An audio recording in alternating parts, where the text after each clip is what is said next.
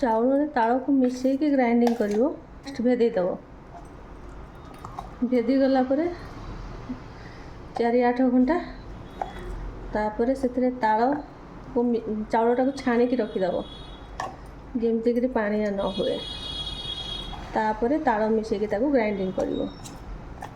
Grinding କରିକି ସେଥିରେ ତୁମେ ଚିନି ମିଶେଇ ପାର, ନହେଲେ ଗୁଡ଼, ନଡ଼ିଆ ଏସବୁ ମିଶେଇକି ତାକୁ ତେଲରେ ଛାଣିବ।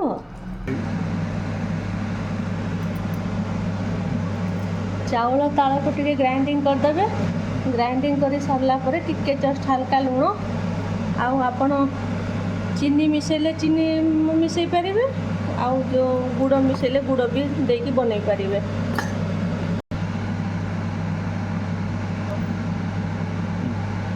ଜଷ୍ଟ ହାଲକା ସୋଡ଼ା ଟିକେ ମିଶେଇଦେବେ ଆଉ ଏମିତି ଛୋଟ ଛୋଟ ଗୋଲ ଗୋଲ। ତେଲଟା ଗରମ ହେଇଗଲେ ମିଡ଼ିୟମ୍ ଫ୍ଲେମ୍ କରିଦେବେ। ମିଡ଼ିୟମ୍ ଫ୍ଲେମ୍ରେ ଛାଣିବେ ଆଉ